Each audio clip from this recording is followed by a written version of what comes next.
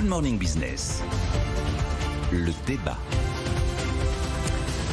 Oui, c'était en 2000. On avait eu cette déclaration à l'époque. C'est bon pour nos fermiers, nos entreprises manufacturières et nos investisseurs. C'est Bill Clinton qui avait dit ça Bill Clinton, à l'époque. Depuis, on a déchanté, Nicolas Dose. À l'époque aussi, la Chine, dans le protocole d'adhésion, dit je vais réduire mes droits de douane de 25 à 10%.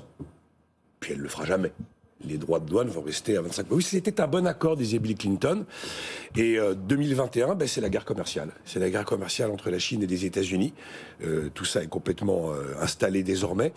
General Motors, Ford, General Motors et Volkswagen produisent plus de véhicules en Chine qu'ils n'en produisent dans leurs pays respectifs. La Chine va être condamnée par l'OMC, mais avec cet effet retard et lenteur de la justice qui fait qu'elle est condamnée en 2008. Effectivement, elle dit je vais me conformer à la décision de l'OMC, mais entre-temps, elle a réussi à installer sur son sol l'arsenal industriel avec la technologie occidentale dont elle avait besoin. Il s'est passé exactement la même chose sur les panneaux solaires. L'Europe se dit en 2012, je vais quand même me réveiller. Alors ça y est, on ouvre des procédures judiciaires qui s'étirent comme un accordéon, mais c'est bon, tout est installé sur le sol chinois et la Chine devient totalement leader des panneaux solaires. Après, vous prenez les chiffres. Deuxième économie mondiale. Le PIB de la Chine 2001, c'est 1300 milliards. 20 ans après, 14 300 milliards de dollars. Premier exportateur au monde. Il y a 2500 milliards de dollars de marchandises exportées depuis la Chine aujourd'hui. Quand elle entre dans l'OMC, c'est 325 milliards en 2001. Voilà. Et une terre d'investissement direct étranger. Le stock d'investissement direct étranger s'élève aujourd'hui à 2000 milliards de dollars en Chine. Tandis qu'en 2010, il y a 10 ans, 11 ans, il était de 600 milliards. La situation est la suivante. Maintenant, dire que la Chine n'a pas joué le jeu, c'est une litote. Une litote, Jean-Marc Daniel, parce qu'on ne parle pas de l'intérêt du commerce international. Je sais que vous allez en être le meilleur avocat, mais simplement, il faut respecter des règles. Il faut respecter les règles, comme le disait Nicolas, sur la baisse des droits de douane réciproques. Est-ce que la Chine a joué un peu le rôle du passager clandestin ? Oui et non, parce que Nicolas vient de le dire, on a beaucoup investi en Chine, on importe beaucoup de Chine. Nous vivons du travail des Chinois et d'un travail qui est plutôt relativement favorable pour le consommateur européen. Donc nous avons été le grand bénéficiaire de l'opération. Et sur le plan du commerce extérieur, quand on regarde l'Union européenne, effectivement, c'est le principal puissance exportatrice mondiale. Alors évidemment, nous sommes encore en déficit avec la Chine, mais quand on regarde l'évolution, effectivement, Nicolas l'a rappelé, les chiffres sont spectaculaires. Mais ce qui est intéressant, c'est la cassure de 2007-2008. L'excédent extérieur chinois de 2001 à 2007 gonfle spectaculairement et atteint 10% du PIB de la Chine en 2007. Et là, maintenant, on a un excédent extérieur qui s'est rétabli parce qu'il y a un poste dans le déficit de la Chine qui est le tourisme. Et donc là, la population chinoise, du fait de la Covid, ne se projette plus à l'étranger, ne voyage plus.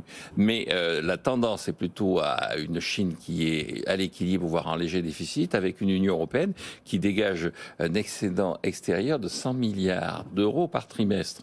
Donc on est plutôt dans une situation où l'ouverture du commerce international et nous profite et l'insertion de ce géant qui est la Chine, qui nous apporte effectivement des produits dont la qualité peut être contestée, mais dont les prix sont manifestement beaucoup plus bas que ceux que l'on aurait eu si on n'avait pas inséré la Chine dans le commerce international et dans les procédures de l'OMC. Mais ce que dénonce Nicolas quand même sur les panneaux photovoltaïques, sur la manière dont pendant quelques années, elle tord le bras aux règles de la concurrence pour s'imposer. Mais en plus, avec des transferts de technologie imposés et des subventions massives à ces industriels comme à ces entreprises d'État qui étaient complètement en dehors des clous et des règles de l'OMC. Oui, mais encore une fois, la conséquence, c'est que nous obtenons des panneaux solaires à des prix qui sont des prix largement inférieurs à ceux et du chômage, parce qu'on ne fabrique pas, nous, panneaux solaires. Écoutez, si on regarde dans l'Union européenne, si on considère que le commerce, notamment avec la Chine, est source de perte d'activité. Regardons la situation de l'Allemagne, regardons la situation de l'Italie, regardons la situation même de l'Espagne. C'est pas parce que la France